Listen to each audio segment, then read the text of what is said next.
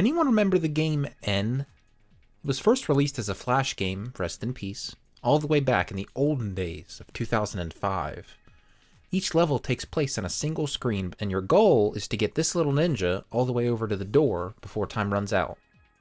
The mechanics are dead simple. All you can do is move and jump. But the fun is in how far you can stretch those mechanics in these uniquely designed levels. There's no power-ups or stage mechanics that drastically change how you play the game. It's all about how you move and jump to the goal. N++, the most recent iteration of N, is fundamentally the same. Still no power-ups, still no crazy stage mechanics, no new abilities, just moving and jumping. The thing that makes N++ special is the stage count. The first N had 100 levels on release. N+, its sequel, had more than 300 levels and received a couple DLC packs adding 150 single-player levels each. N++ has 4,340 levels. Yeah, you heard me right. 4,340 levels. 43 times the number of levels that the first game had. Just look at this episode selection screen. Each one of these squares is an episode that has 5 levels in it. It's insane. And you know what? It gets even better. It has a built-in level editor and community level browser. You could play this game till the end of time. I think it speaks to the quality of the End series and its fundamental gameplay that over 4,000 levels can be made and people will still have fun. N++ is more than a game. It's a platform for people to enjoy playing N until they either get bored or die. Super Monkey Ball needs its own N++. The controls already peaked in 1 and 2. They don't have to make any crazy changes to the Monkey Ball formula. They could just keep putting out levels and I'd be playing them. These games are just that fun to play. A large part of that is because of the controls. Let's talk about them for a bit. I'm going to start out with a criticism. Don't get me wrong, I love these games. But how do I put this? I'm obviously in complete control when I'm playing, but sometimes the monkey will inexplicably bounce or clip in a way I didn't expect and ruin my run. Hold on, before you type your comment about how I should try not falling off the stage, let me explain. You can comment that after I try and justify why I'm bad at this game sometimes. So many solutions in this game involve going really fast over narrow gaps or slamming into a tiny lip and bouncing in the air. These can be enjoyable when everything goes the way you imagine, or you can at the very least improvise when things go slightly off. But look at this stage. Look at its fucking name. They knew what they were doing. There's no consistent way to get to the goal quickly. Sure, you can hold up for a bit, but you have to slow down and improvise at some point. I don't have a problem dealing with randomness in stages. I only have a problem when it isn't fun. Take the stage coasters. There's consistent ways to do this stage, but the most fun way is to just speed down the tube going as fast as you can and hope you don't blast past the goal at the end. But this ain't fun. Sometimes it feels like I'm playing Getting Over It with Bennett Foddy. You have precise control over your character, but little imperfections in your movement can cause drastic changes in outcome. These games aren't just asking you to be precise, they're demanding endurance. Endurance to keep your hands steady as you line up your thrust in Getting Over It, or holding a very precise control stick angle as you go across a long slope in Monkey Ball. It's a skill we aren't often trained for as gamers. We're accustomed to flick-shotting, not holding a precise position like this for a couple seconds while making micro-adjustments to make sure we don't fall off. If I'm on a platform thinner than a strand of hair and I start to wobble to one side, my instincts are to adjust hard in the other direction, which, of course, often leads to falling off on that side.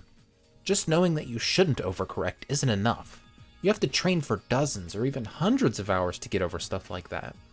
I have a lot of respect for people that are really good at this game because they had to train themselves out of that instinct. But even the best of the best have to deal with some bullshit from this game every now and then. I've watched speedrunners talk about some stages where you can prepare all you want, but in the end it just comes down to how well you can wing it.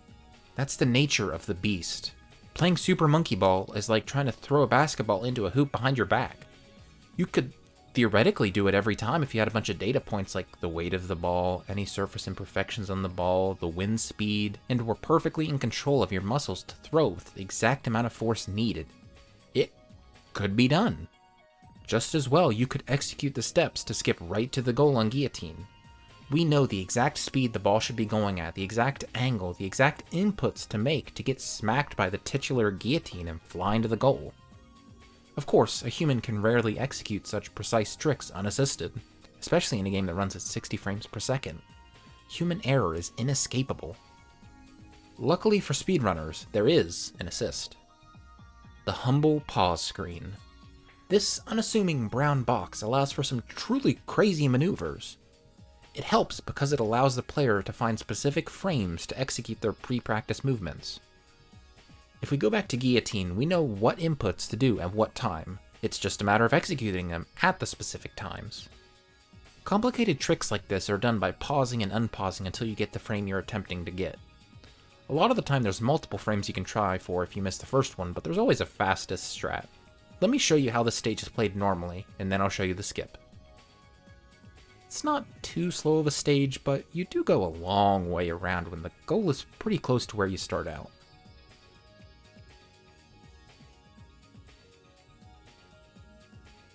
Okay, I beat it. Not the fastest, but not the slowest either. I even skipped a cycle of the guillotine spin just to show off.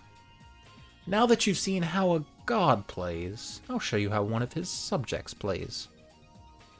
This is Glaucomai Toyota, the world record holder for Super Monkey Ball 2 all levels, and I'll go over how he executes guillotine in his current world record. These are the known frames you can pause on to execute the skip. I'll explain this whole chart in a second. After starting the stage, he waits for a bit. When going for his first pause, he could realistically hit any of these times and be okay.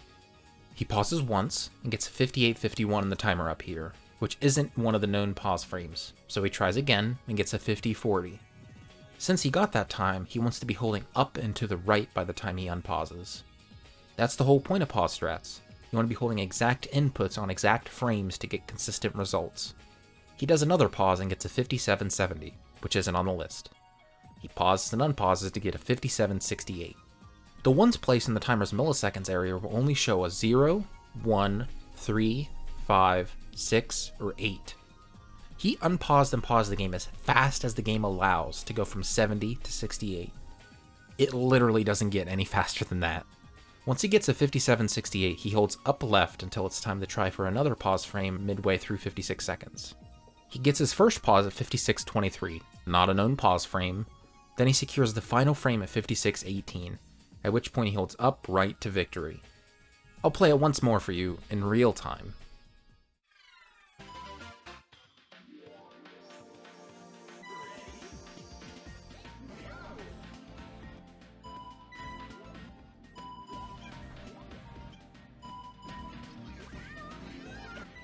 Thanks, Gannon. Now what would this strat look like if he was able to get all those inputs without pausing?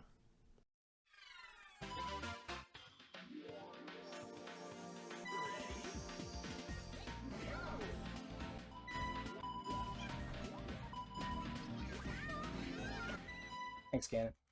It's impressive for sure, but nowhere near consistent enough to try for in pauseless runs. That example shows that you can definitely play Monkey Ball in a way to get consistent results every time. But the thing is, the average player isn't going to do that. They're going to brute force it. They aren't going to spend the time looking up and practicing the best tactics to throw a basketball into a hoop from half court. They're just going to chuck it and pray. Fortunately, Monkey Ball isn't 100% randomness. As you play the game, you start to learn how the physics work. As you die dozens of times across a couple hundred levels, you learn how to work within and exploit the physics system. Maybe you reach the stage Flat Maze and realize that these two paths are really close. So you go back a bit and run towards the gap at full speed. You hit the corner of the path across the gap and jump into the air. This is a strategy that gets lodged in your mind once you learn it. You're constantly thinking of what skips you can do on future or past stages with this knowledge. You could also use this knowledge to experiment and learn some even more complicated strats. What if, instead of jumping by using a path across a small gap, you jumped by using the corner of the path you're already on? That allows you to do even more skips because you don't need the specific circumstances of a small gap between two paths. This is knowledge you learn yourself that you can use across any stage in the game. It's not like you got enough XP and learned the jump skill. You learned how to exploit the systems in the game to your advantage. That's more meaningful than any skill tree. And the best part is that these stages encourage trying out these weird tactics. Not just through extrinsic rewards like getting a more difficult to reach goal and skipping stages, but it's intrinsically satisfying to obtain and pull off a difficult strategy. Stages often have multiple solutions to encourage experimentation. Let's take a break from all this monkey business and get back to some ninja business. I came across a GDC talk the other day by Mayor Shepard, one of the 2 developers of N++, and I was fascinated with her insights on creating thousands of levels for the game. She revealed that they had an internal rating system for levels. Once a stage was created, it was given a rating of a 0, 1, or 2. Stages that have no interesting design decisions or are deemed too boring are given a rating of 0. Stages at this point are marked for redesign or cut altogether. Stages with a 2 have a strong mechanical hook or twist. These are often longer stages that might stick in the player's mind for a bit, whether that's because of difficulty or just the sheer spectacle of it. Stages rated as a 1 are, as you might expect, the middle of the road. They aren't as boring as a stage rated 0, but they aren't quite as interesting as a stage rated 2. Levels with this rating won't blow the player's mind, but they're still important. You need the slightly less interesting stages to properly pace the player. A game full of huge stages with a ton of different challenging mechanics would get tiring. I can speak from personal experience that I hate spending a minute or 2 beating a level that has me going across the whole screen, dodging enemies and collecting gold all over the place, only to have to beat it and play another stage just like it right after. It's fun to have a chill stage after that isn't as challenging every now and then, just to take a mental break for a bit. It keeps stress levels in check. Another thing she talked about is their love for making multiple paths through levels. Multiple ways to complete a goal or challenge is my preferred way of difficulty selection in a platformer. If you're up for it, you can take optional paths and get to the goal quicker or just gather some gold. But if you're not, you can just stick to the simpler path and finish the stage. You aren't penalized or anything. Just getting to the goal before the time runs out is the baseline. Whatever little tricks you pull off or collectibles you go for in addition to that is solely for your own pleasure. Multiple paths aren't just for difficulty selection though. They're for player expression. Given 2 equally difficult paths, different players will choose different approaches. I like doing wall jumps, so if I'm presented with the option to do some quick wall jumps or walk onto a jump pad, I'm going to go for the former. But I can very easily see someone going for the latter. It's just a matter of preference. Player expression is extremely important in games like this. It's what keeps people coming back. Hell, it's what's kept people playing Super Mario 64 all these years. There are so many different approaches that can be done for each star in the game, no one player is going to experience them all.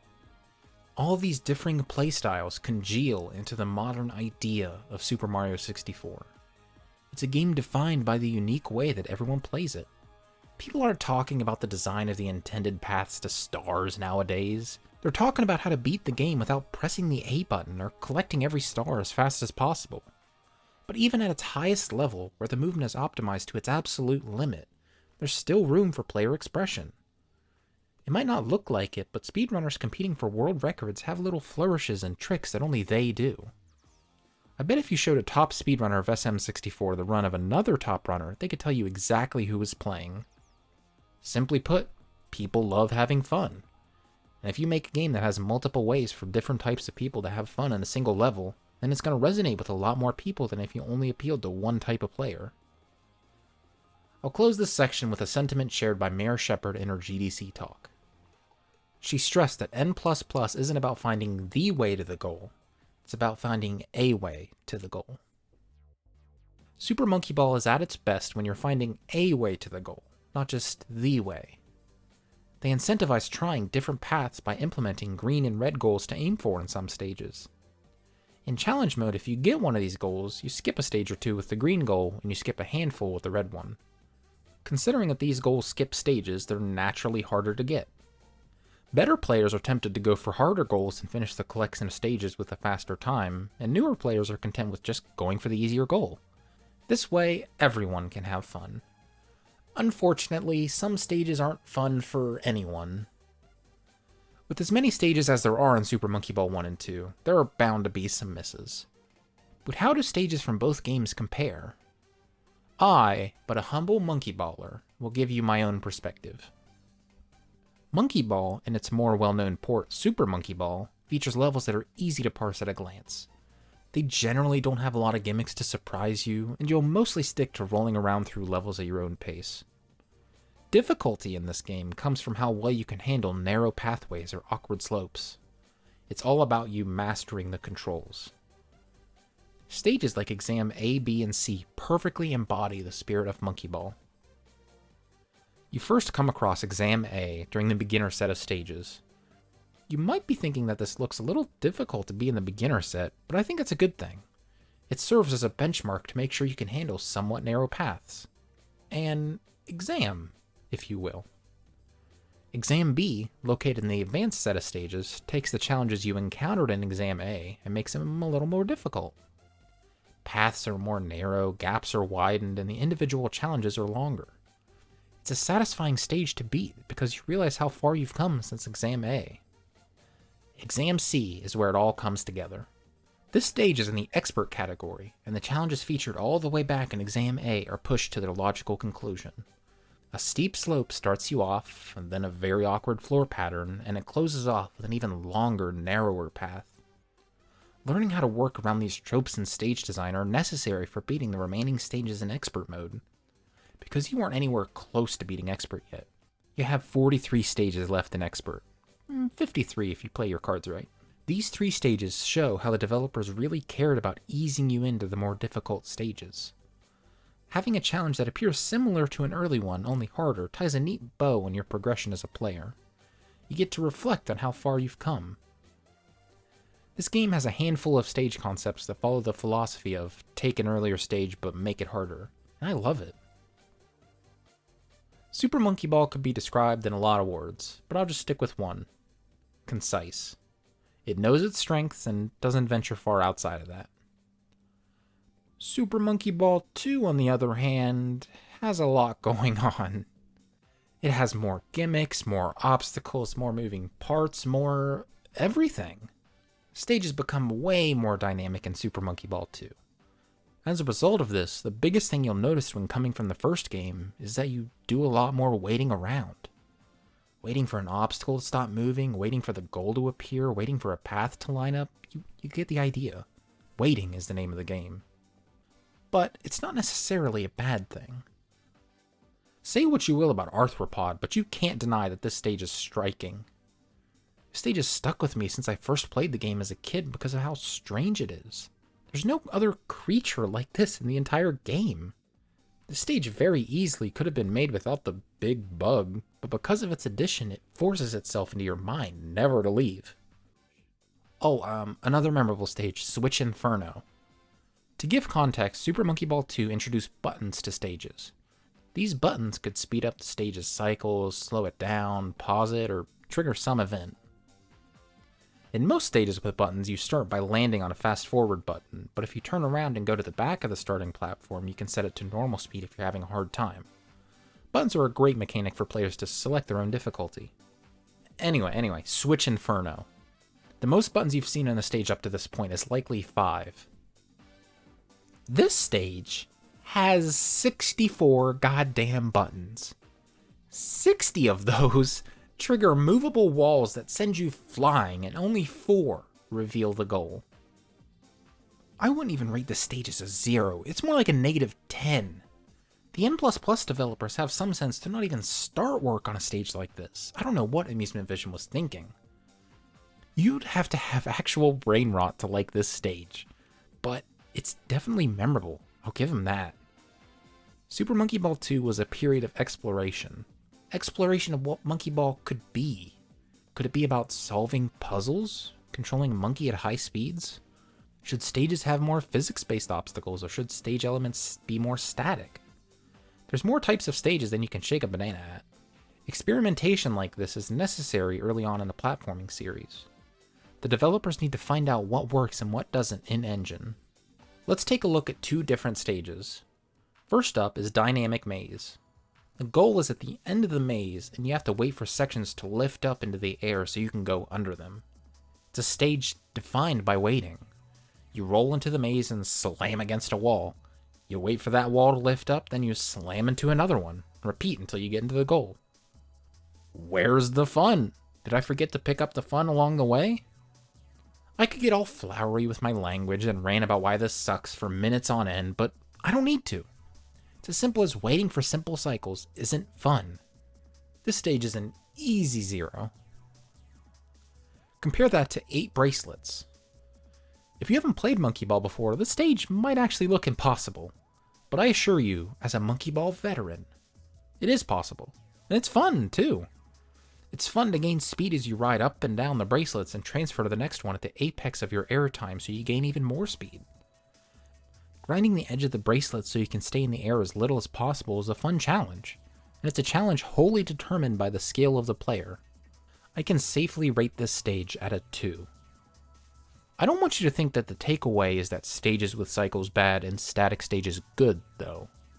There's plenty examples of good and bad stages in both categories. Postmodern is a boring-ass static stage where you just slowly bump up a bunch of steps, and Mad Shuffle is a stage on a cycle that's very satisfying to beat quickly. While there are both static and cycle-based stages, there's a lot more cycle-based stages compared to the first game, so it's hard not to see Monkey Ball 2 as this gimmick-filled mess. It's important to remember that gimmicks aren't inherently bad, though. That word has assumed some negative baggage over the years, especially in the gaming space, but gimmicks are a valuable tool. They surprise the player and leave them with a lasting impression. Just hope that developers don't want to leave impressions like Switch Inferno on you. Super Monkey Ball 1 and 2 are games that stuck with people for a long time, despite all the middling sequels and spin-offs since 2 released all the way back in 2002.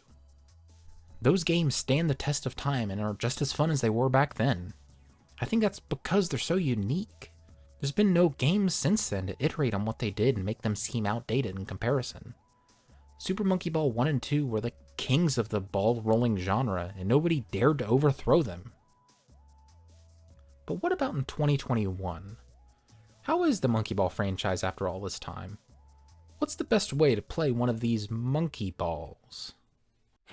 If you've made it this far into the video, you know about Super Monkey Ball Banana Mania. It's a remake of 1 and 2, and can I just say, I'm really glad these games are getting another chance in the spotlight. Gamers in the know have been raving about them as hidden gems for over a decade, and now I can just point newer gamers to digital storefronts to play them on current-gen consoles. There's so much to love about Banana Mania. I can talk about all the additions to this game, and I will, but they're all secondary to one simple fact. They nailed the physics. Asterisk.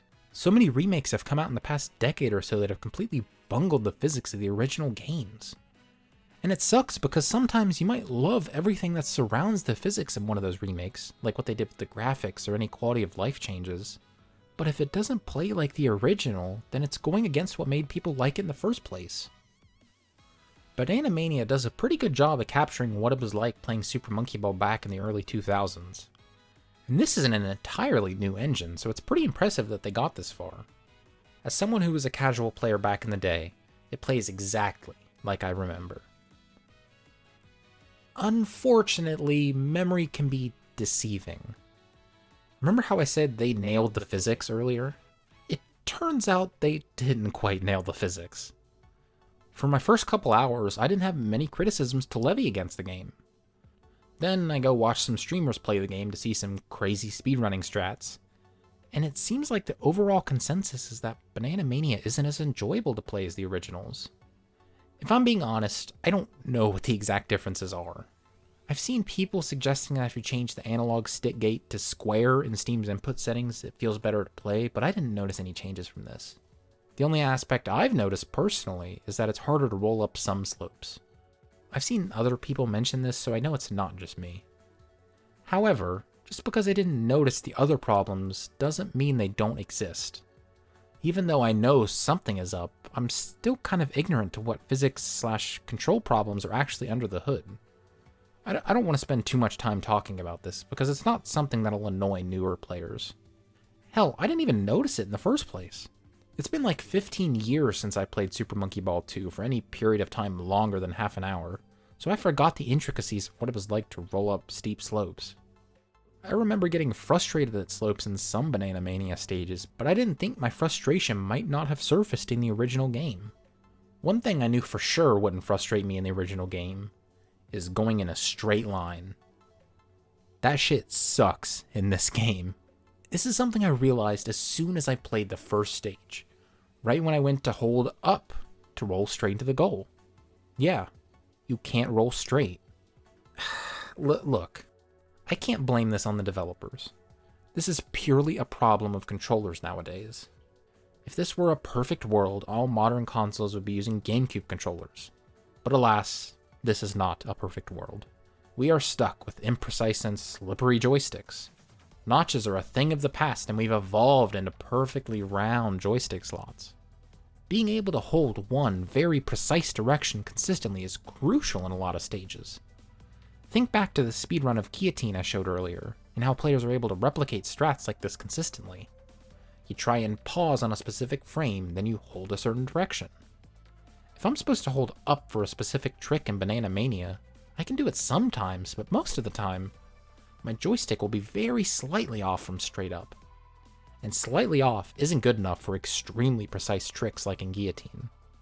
I spent a bunch of time earlier talking about how little variations in your movement can cause drastic changes in an otherwise consistent trick. Now think about how annoying that is when you can't even get a precise joystick input. Holding a diagonal is even worse. When trying to move in any of the cardinal directions, it's not the worst thing in the world, because you only have to move your thumb in one direction. You move your thumb forward for north, pull it back for south, you go left and right for west and east. But for the ordinal directions, you have to combine these two movements. If you wanted to hit the exact input for up and to the right, you have to move your thumb forward and move it rightward at the same time. By being forced to do these two movements at the same time, you're a lot less likely to hit the goal of upright on your first input. You might realize you're a little too high or a little too low, and while you can course correct and adjust, you've already made too big of a mistake on the more difficult levels. If you're on a razor-thin platform and make too heavy of an overcorrection, you're falling off. Notches simplify that process immensely. You just slam your joystick to what you think is upright, and the diagonal lines between each cardinal and ordinal direction naturally guide you into place. There's no need to course correct or question if you're actually holding upright and aren't ever so slightly off. You can trust in the construction of your controller to guide you to the right place. It would be remiss of me to not mention that you can technically play Banana Mania with a GameCube controller. If you have a GameCube to USB adapter for your Switch or PC, you can make use of the glorious notches like God intended. And you could use a keyboard to get exact digital inputs for the 8 main directions, but I think it's safe to say a majority of people who play this game are using a controller that doesn't have notches. So I'm not sure what the takeaway is here. It's not like I can try and raise awareness about this to get it patched. This isn't a problem that can be patched out. I'm not going to tell everyone who wants to play this game to go out and buy a GameCube controller. That'd be crazy. Only crazy people buy GameCube controllers in the current year. I guess this criticism, if you can even call it that, is mostly just a statement of fact. Yeah, it sucks. It's just something you have to deal with. It's not a fault of the developers or anything, just shitty circumstances. If you're not someone with knowledge of what it's like to play Super Monkey Ball on the GameCube, then I don't think you're going to have a problem with the controls at all. Ignorance is bliss in a way. If you don't know what you're missing, then it can't bother you. Everything surrounding the gameplay in Banana Mania is top-notch though. There's so many little quality of life additions and extras that make it fun to play a stage once you've beaten it. There are missions you can complete. These range from get the red goal in this stage, to beating beginner without dying 10 times, to getting every power-up in a single match of Monkey Fight. Missions cover almost all aspects of the game, so be working towards completing a mission no matter what you're doing. Completing missions gives you points that you can use to buy a bunch of cosmetics and new game modes. It's great to see stuff like this in a world of DLC characters. Though, this game does technically have DLC characters, but that's beside the point. There's a ton of stuff to unlock. If you're driven by extrinsic rewards, then you'll find a lot of reasons to keep playing this game. But what if you aren't tempted by a bunch of tiny little goals to keep the Zoomers playing? What if those changes to controls really are a deal breaker? You could always go back and play the originals. And thankfully, these games have aged gracefully. The controls aren't too awkward, the camera is great, the art style is nice. What isn't there to love? All of my criticisms levied towards Banana Mania are predicated on the fact that it isn't like the originals in some way or another. So if you just play those games, you're getting the raw monkey experience that everyone fell in love with back in the day. The only thing that'll suck is playing with a notchless controller. Like I said, you can technically use a GameCube to USB adapter if you don't want to play on a console, but I don't think people are going to buy a controller for just one game. If you do happen to have a GameCube laying around and you don't have either Super Monkey Ball for some reason, definitely give it a go. But what if you aren't tempted by monkeys at all? What if rats are more your speed? All great games have indie developers trying to recapture its magic, and Super Monkey Ball is no different. Rolled Out was announced with an Indiegogo campaign towards the beginning of 2019. The lead developer, Brandon Johnson, hoped to introduce some firsts for the rolling ball genre, or whatever you want to call it. Most notably, custom level support. Fast forward 2.5 years later, and the game is in early access. Custom levels can be made, but it's definitely not accessible to your average player. Levels are made through a custom Blender plugin, and level files are shared through Discord. Not the most streamlined process, if you ask me. As for the gameplay, it plays perfectly. Just as I'm worried about developers messing up remakes of their own games, I'm often worried about indie developers recreating a game they love, but not quite hitting the mark. Fortunately, that's not the case here. The controls are just as good as any Monkey Ball. This game has potential. Serious potential. Potential to be Super Monkey Ball's N++. The game that Monkey Ball fans can use to play user-created levels till the heat death of the universe. But something N++ has over Rolled Out is how easy it is to make and share a level. I'm not really a person to spam upload a bunch of levels in games that have level creators, but I think it's just fun to mess around in them sometimes. Luckily, the developers are planning on working on an in-game editor at a later date, so thumbs up for that. Rolled Out was announced at the best possible time. Its crowdfunding campaign started before Super Monkey Ball Banana Blitz HD was announced in the latter half of 2019. It was the dark ages back then. We didn't know when, if at all, the next Monkey Ball game was coming. The last true Monkey Ball game came out in 2012 on the Vita. The Vita! People weren't playing that game. They were playing 1 and 2 still. Little did us ball enthusiasts know at the time, Sega was planning a big comeback for Monkey Ball. Banana Blitz HD being announced felt kind of weird because not a lot of people seem to really care about that game, at least compared to the first two. I didn't even mention it until now because it doesn't feel that important in the Monkey Ball lineage. It was released after the poorly received Super Monkey Ball Adventure, and while it did go back to its roots in some way, it deviated in one major way. Motion controls. I think the stage design was lacking in comparison to 1 and 2, but the sheer fact that the game is controlled by tilting the Wii remote really left a mark on the game. A lot of people, myself included, thought, why did they choose this over Super Monkey Ball 1 and 2? Nobody actually likes Banana Blitz. Then Banana Mania was announced and everyone went apeshit.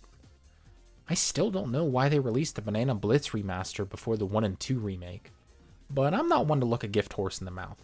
If they wanted to use it to test the waters for a full-on remake, then fine by me.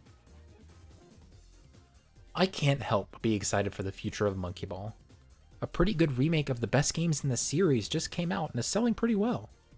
That must bode well for a potential new game, right? There's a lot of directions the series can be taken in now. I think with all the middling spin-offs over the past decade, Sega has enough information to realize what works and what doesn't design-wise. A new Monkey Ball will come out sometime in the future. Could be in 2 years or 2 decades.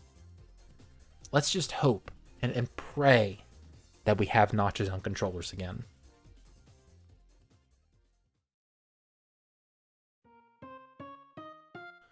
Whew. Thanks for sticking around. Putting this video together has been a doozy. It's the most effort I put into a video by far, and I hope it shows. I've always wanted to do a deep dive into a game or series, but I've never had the confidence that I could pull it off. As I'm finishing this script, I hope I see it through to release. Though, if you're hearing this, I guess I pushed it through. I don't know if my next video will be this long. I'll have to see what the reception is to this one before I make a decision either way. I hope you stick with me for that video, whatever it may be. Again, thanks for watching. I'll see you around.